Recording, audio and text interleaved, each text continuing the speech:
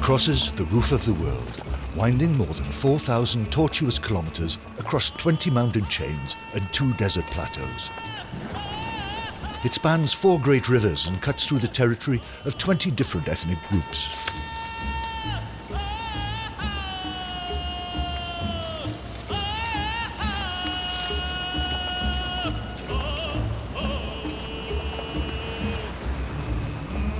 This is the ancient Tea Road, which opens southwest China onto Tibet and thereby Nepal, India, Russia and Europe.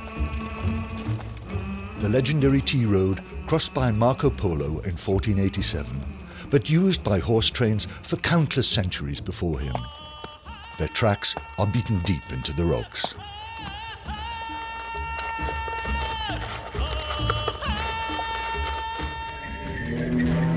This series of high-definition films follows in the hoofprints of the caravans which hauled their baggage of tea across the Tibetan Plateau and the Himalayas to be sold in the markets of Southwest Asia and dispersed to the entire world.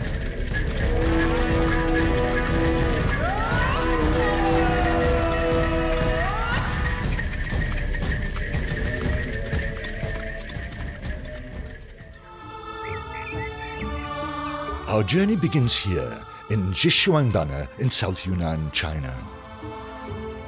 The tea plant, a type of camellia, originated here in the wild, lush forests, the only green zone anywhere along the Tropic of Cancer. The habit of drinking an infusion of tea leaves developed in Yunnan over 5,000 years ago. There are 2 types of tea, mountain tea and wild tea, and the gathering of the latter can be a hazardous experience.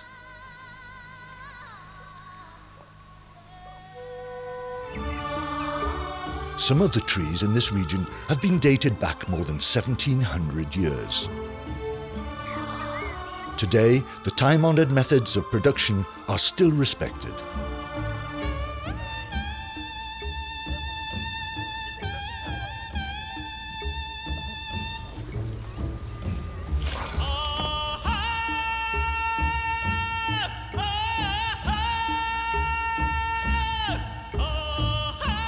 In this region, tea is the basis of life and of culture. The most highly prized wedding present is a tea plant, because it's said this is the only gift which will bring benefits forever. Tea was the medicine for all.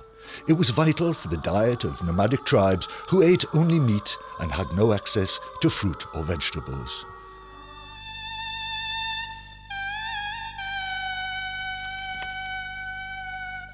Gradually, the word about the merits of tea spread beyond the confines of the region. After water, it became the most consumed drink in the world. So the tea had to be transported, and the tea route came into being.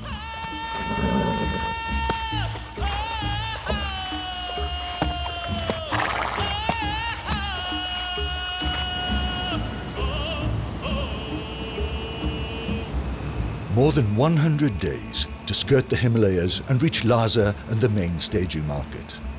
The caravans traversed one of the most dangerous routes in the world, cut by ravines and raging torrents, mountain culls, swamps and deserts. They risked attack by brigands and tigers.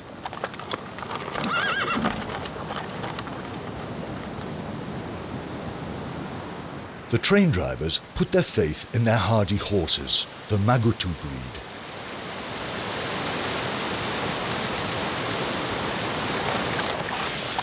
The lead horse was the most important. It knew the route and sensed danger. In snowstorms, the blinded trail boss would simply hang on to its tail. It knew where and where not to drink in the sometimes poisonous pools. It knew which plants to eat and which would bring sickness and death.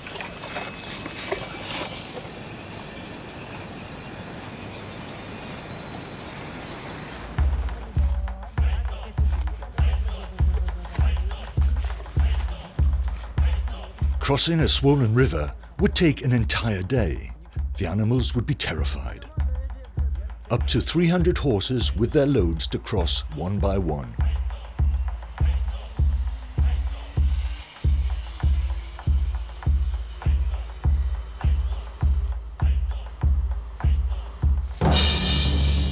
If a horse or a driver fell, their bodies would never be found.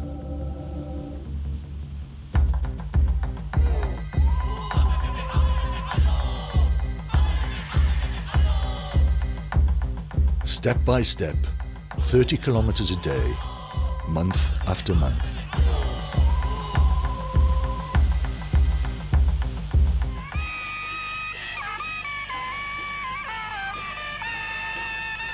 The passing of a caravan through a village would call for a feast. Maybe a marriage would be arranged. In each region, the festivities would be different, the language different, the costumes different. In this way, cultures mingled, news passed, innovations were introduced. The tea route became the artery, the lifeblood of the plateau.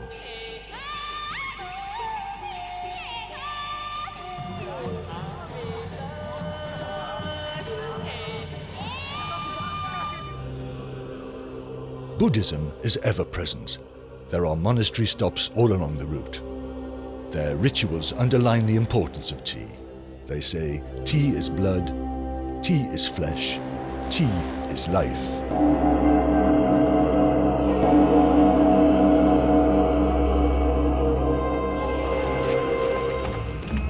The tea road is known in China as the Tea and Horse Road, because this trail was also used by Tibetan horse traders.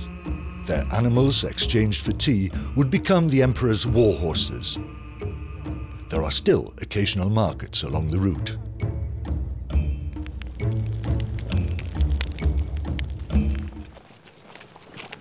And so we reach Lhasa.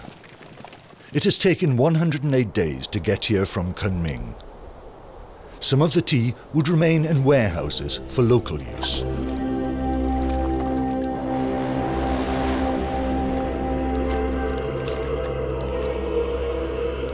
But much of it was moved on by other caravans, to Nepal and India, to Siberia and to Europe.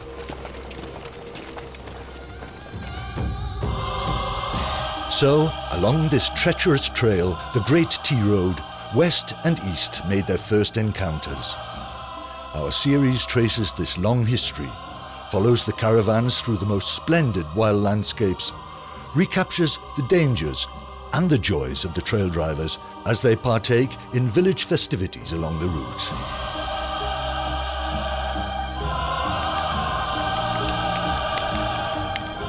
We encounter the many different cultures, and before this ancient story is lost forever, we meet the last of the trail drivers who recall the glorious days of the road in the skies.